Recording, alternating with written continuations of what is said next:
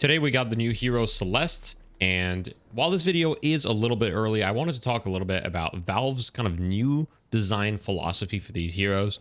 So for example, just looking at Celeste, she has a gun that bounces, and we'll talk a little bit more about that. But she also has increased air control, meaning you can strafe more, right? And on top of that, she's got 4 stamina base, and she's got low gravity, right? So when you bounce around, her gravity is a little bit lower, so she can stay in the air for longer. And she's a very unique Deadlock hero, right? And I want to talk a little bit about how unique most of the new heroes that we got so far are, and what that means about Deadlock's kind of design philosophy going forward. First of all, let's just look at the guns, right? Let's start with the guns. So if we look at the new heroes that we first got Rem, who is shooting a candle gun. Now, I would say the candle gun is fairly standard, but it is a slow projectile, but big hitbox, right? Think of like Doorman. So still fairly unique. And the key thing about all of these guns is that, you know, they neither have, usually they either don't have the stats to be built pure gun, like we've had in the past of kind of like gun slop, so to speak, or, you know, they're just not very good at it, right? So for Rem, he has a low max size, his projectile speed is slow, but big hitbox. I don't believe there's any auto aim component to it, but some people claim there is. I'm pretty sure it's just that the hitbox is big and the curvature is purely visual, but I'm not 100% sure on that. Then we got Graves, who is probably one of the most unique guns we've had in Deadlock, right? So it's a gun that locks on to targets. So you don't really have to aim, but it's an incredibly short range gun, and it steals their weapon damage as well as spirit resistance, right? So more of like a drain type of gun, kind of like Moira, I guess, in Overwatch. And I think it's very cool, very unique, right? And it can't be built like every other gun that we had in the past. Then after that, we got Silver, and Silver was kind of like pretty unique, you know, a low fire rate gun that did huge, massive damage. And then she had a reload kind of baked into her kit. But once again, extremely low max size, extremely low fire rate, and doesn't really pack that much of a punch outside of her abilities. And then we got Venator, which is probably the most standard gun that we've had. It's a full auto gun with a decent max size that kind of shoots, you know, you can think of like kind of like a Wraith gun, right? Like if you compare Wraith and Venator guns, there's not really like any differences. Like of course there are differences, like Venator has really high bullet velocity, for example, and like the numbers are kind of different, but they function kind of similarly at the end of the day, right? You can kind of build the same thing on, you know, Venator gun as you could on Wraith gun. It would work. Now obviously on Wraith you want to build different items because of her abilities, but when it comes to the guns, they're pretty similar. So I think Venator is like the most standard one. And today we got Celeste, a hero whose gun kind of bounces around, kind of auto aims a little bit within a certain degree, and has low mag size, but also her gun can do bonus spirit damage based on her first ability, Light Eater. Now, a lot of these heroes have kind of had unique build paths that aren't just like, oh, let's just copy left to right, you know, the previous gun build. Even Venator, a gun hero, right? You would think you can just kind of do like what was meta previously, like, oh, you just get hollow point, you get bullet resist shredder, you just go for some, you know, fire rate maxing build, and then you go glass cannon lucky shot, and that's just going to be the optimal path. And I made a video about this about a month ago that said gun builds are boring, and I still stand by that. But Valve's solution to this is to make Deadlock's guns and Deadlock's heroes more unique, so that the gun builds don't feel as boring and it doesn't feel as same per hero.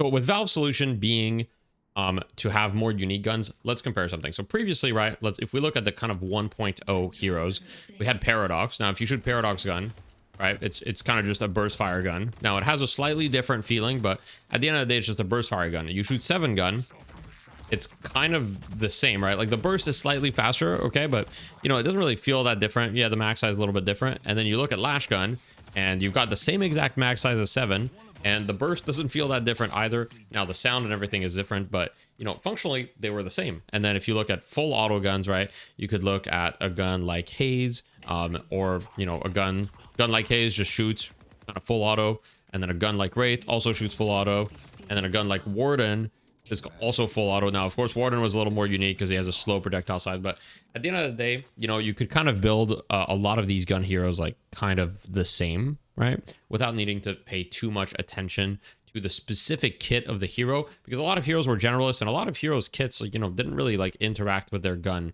kind of at all, right? Whereas now if you look at, for example, Silver, okay, if you want to play with Silver's gun, well, you have to interact with Slamfire, right? You have to think about Lycan Curse, right? If you want to interact with Venator's gun, well, you have to think about Consecrating Grenade. You have to think about Iradomini, his ult. You have to think about Gut Shot, because all of these things scale with gun. So now that changes the way that you want to build around your gun build, right? You're not going to go just left to right, same items. Now it lets you go a different route for gun items. And I think that that's very, very healthy for the game.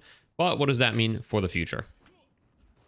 So I truly believe that Valve at this point has kind of understood that with the initial heroes, part of the problem is that a lot of them were a little bit too generalist and could kind of do everything. Now, I think that Valve does want to give, some freedom within the hero, but I think that they're also more confident now that it's okay for heroes to have slightly more pronounced identities. Now, let's talk about the advantages and disadvantages of that, right? Because part of what people really like about Deadlock is build diversity, or like being able to kind of choose your own path, right? People want to play a game and feel like they have a choice in the matter. However, one of the disadvantages with this new approach is, for example, a character like Venator, well, you're not really going to have a spirit build on the character. It's just not really possible. Like if you look at Venator and you look at all of his abilities, this scales with gun, this scales with gun, this scales with gun, and the only ability that he has that really scales with spirit is his trap. And I mean, realistically, you're probably not going to make a whole build around the trap, right? And so that reduces kind of the, I guess, build diversity within one character. One character himself may have less build diversity, but on the other side, it might increase what feels like build diversity within a game, right? So it's going to be harder for, there to be like a super set meta with like, okay, everybody rushes these items. For example, we had a long time, like way back, we had a meta where everybody was going Ethereal Shift, Warp Zone, all these items, and these items are still really strong. But now by making the heroes more unique and making the heroes, less generalist, you make people think a little bit more about the heroes' kits when they're itemizing and when they're playing the game, which I think is a fantastic change. For example, think about Celeste, right?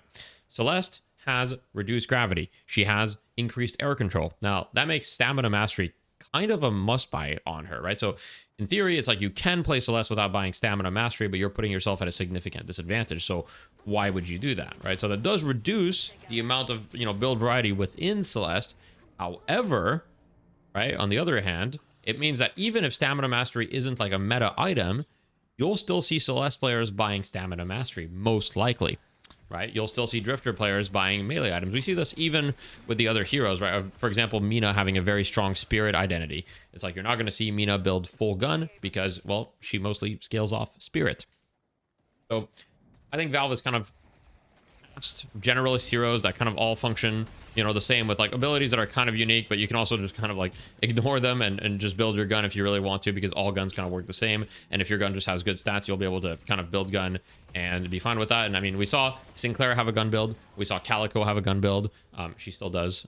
We saw Holiday have a gun build, right? We kind of saw like all the new heroes that were added to the game just have these kind of like very basic left to right gun builds. And I don't really think we're going to see that anymore with the new heroes. Now, there's one new hero left, which is Apollo, which we don't really know how he works, but, he's got a sword. So I'm going to be very surprised if it's just like a standard kind of gun hero. I think he's going to make you think about, how to build as well, kind of similarly to a lot of the new heroes that we've seen. And, we've had Rem have access to tunnels, which is an extremely unique thing. And a lot of people were concerned about, oh, is that balanced? Like Rem gets access to tunnels, but only Rem and Calico get access to them, etc. I think right now Valve is just experimenting with, let's just find cool ideas, see what people like, see what people don't like, right? And see how we can make them balance. And, right away, the moment a new hero is introduced, for example, Celeste, right? A lot of people will come into my stream and they'll be like, is Celeste OP? What are your first impressions on Celeste, etc.? And what I usually say is, I think she's dope, and I don't know if she's OP. To be truthful, from what I've seen from Celeste, she is probably overtuned, but I honestly don't know yet, right? It's too early to say. I would say she is probably overtuned, but I think she's really cool. And I think that's the most important thing, because at the end of the day, they can make heroes balance, right? Balance is usually a numbers thing. Now, if there's something inherently broken, it's going to be difficult to balance. Like, for example, Shiv has probably been one of the hardest heroes to balance in this game, where, they keep nerfing him and they can't quite get it right. For a long time, Paradox was like impossible to balance as well. But, they're at a point where I'd say Paradox is like, I mean, she's still incredibly powerful. Some consider her OP, but, a lot of heroes are really strong in this game. And that's kind of how they've gone with the balances. They've made a lot of heroes really strong, and it doesn't really feel like there's a weak hero. But anyhow, I found myself yapping a little bit. Now, my main topic that I want to talk about is for the future of Deadlock, I think that they're going to continue in a direction that's going to be a little bit more like this. And I'll raise a slight concern that I have about that, which is the fact that some of the old heroes are going to feel, you know, really dated, I think, in comparison to some of these new heroes that, in my opinion, are much better designed with, like, you know, clear, like, clear archetypes, or not necessarily archetypes, but more like personalities, right? Like clear strengths that you want to build around, and kind of play styles that are intended. And some of the old heroes, like, they do have that, right? But it's just not as pronounced. And so I think that some of them are going to feel a bit dated. And I'm already like, you know, I love these new heroes so much that I find myself probably wanting to just play these new heroes a lot more than some of the old ones. Now, that's not necessarily a bad thing, and I'm sure that they can redesign some of the old ones. I'm actually curious to see, do you guys think we're going to see like some major redesigns coming with some of the new things that they've learned from designing the kind of, you know, this batch of 12 heroes that we've gotten in the last, you know, 6 months, where in August we got 6, and then we're getting another 6 here. I'm sure they've learned a lot of things, so maybe they'll redesign some of the old heroes to kind of like fit a little bit more into that. I'd be really interested to see if we're going to see more abilities that are going to scale with, you know, weapon damage. Because right now, like, there's really not a lot. It's still pretty much like Venator and some melee heroes that, you know, have those abilities. But as far as like abilities that actually scale with weapon damage, it's pretty much only Venator right now, I think, and also the melee abilities, like I said. So maybe they'll you know, kind of go back and be like, okay, maybe this hero, it would be cool if this hero had some abilities that scaled with weapon damage. We'll change that a little bit. So I do think that that is one possibility, but I think it's also very possible that we're kind of like left with just an old roster of heroes that is slightly dated, but they're still Deadlock classics, right? And then there's like kind of the 2.0 heroes that are, you know, much less generalist, much more focused as to what they do, what they want to do, how they're played. And I think that's honestly fine. I don't necessarily have a problem with that, but I think it's just a very, very interesting, right? And so I'm very excited for the future of Deadlock, and I'm very, very happy that Valve has kind of gone down this route and managed to figure out what I think was one of the, you know, major issues with, you know, people finding builds perhaps boring, or people, you know, being a little bored of like heroes kind of being able to do everything. Now heroes have more of an identity. I think a lot of the guns are more unique, right? Like most of the guns are way more unique. That's a huge point. If you look at the last 12 heroes, out of the last 12 heroes, we don't really have a lot of heroes that have, you know, standard guns, so to speak, right? There's definitely some. It's not all that are super unique, but we have a lot of really unique guns in the last 12 heroes. And if you compare that to the previous, you know, I don't know how many there were, 26, I think.